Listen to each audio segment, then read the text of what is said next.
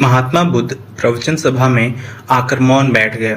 शिष्य समुदाय उनके इस मौन के कारण चिंतित हुए कि कहीं वे अस्वस्थ तो नहीं हैं।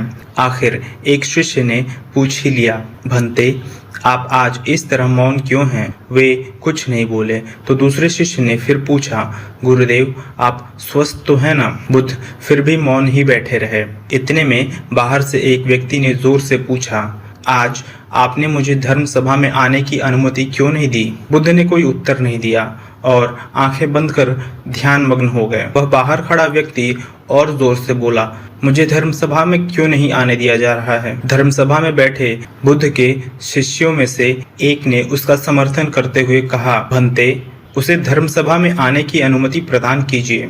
महात्मा बुद्ध ने अपनी आंखें खोली और बोले, नहीं, उसे अनुमति नहीं दी जा सकती है, क्योंकि वह एक अछूत है। अछूत? मगर क्यों? सारे शिष्य सुनकर आश्चर्य में पड़ गए कि भंते यह छुआछूत कब से मानने लगे। महात्मा बुद्ध ने शिष्य समुदाय के मन के भावों को ताड़ते हुए कहा, हाँ, वह एक अछूत है। वह आज अपनी पत्नी से लड़कर आया है। क्रोध से जीवन की शांति भंग होती है। क्रोधी व्यक्ति मानसिक हिंसा करता है। इस क्रोध के कारण ही शारीरिक हिंसा होती है। क्रोध करने वाला अछूत ही होता है, क्योंकि उसकी विचार तरंगे दूसरों को भी प्रभावित करती हैं। उसे आज धर्म सभा से बाहर ही रहना चाहिए। उसे वहां खड़े रहकर पश्चाताप की अग्नि में तप कर शुद्ध होना चाहिए। शिष्यगण समझ गए कि अस्पृश्यता क्या है और अछूत कौन है। उस व्यक्ति को भी बहुत पश्चाताप हुआ।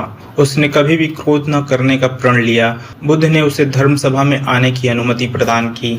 बुद्ध की कहानी हमें यह सिखाती है कि हमें जीवन में कभी क्रोध नहीं करना चाहिए, क्योंकि क्रोध भी एक तरंग होती है जो हमें तो नुकसान पहुंचाती ही है, साथ ही हमारे आसपास के लोगों को भी नुकसान पहुंचाती है। इसलिए हमें कभी क्रोध नहीं करना चाहिए।